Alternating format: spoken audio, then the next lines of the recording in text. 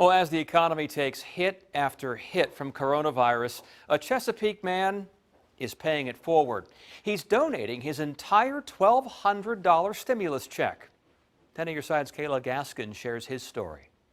Well, Cameron Crockett of Chesapeake says others need the money right now much more than he does. As an HVAC technician, Cameron Crockett's work is considered essential. So, as millions of Americans lose their jobs because of shutdowns, he still goes into work every day, which is why, when he received his federal stimulus check last week, he decided to donate all of it. So I felt like it would have been selfish of me to hold on to that money for whatever purpose when I have friends out there who are truly struggling. He posted to Facebook asking people to write to him if they were unemployed due to the coronavirus. 50 people submitted names. The randomly selected winner was Ari Ziegler, who lost his job as a bartender and is struggling to take care of a young daughter. And he was basically at a point where he was at a breaking point. You know, he didn't have any savings left and he's faced with bills. He's got a young daughter he needs to take care of. If the name Cameron Crockett sounds familiar, he was at the center of an involuntary manslaughter case we covered extensively years ago.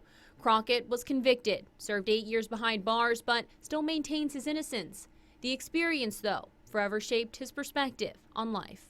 No matter what your circumstances may be, it taught me that there's always somebody else out there whose circumstances are worse than yours.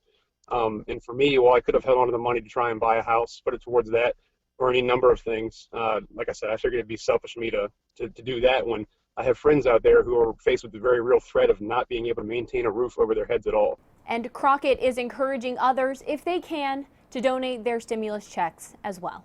I'm Kayla Gaskins, 10 on your side.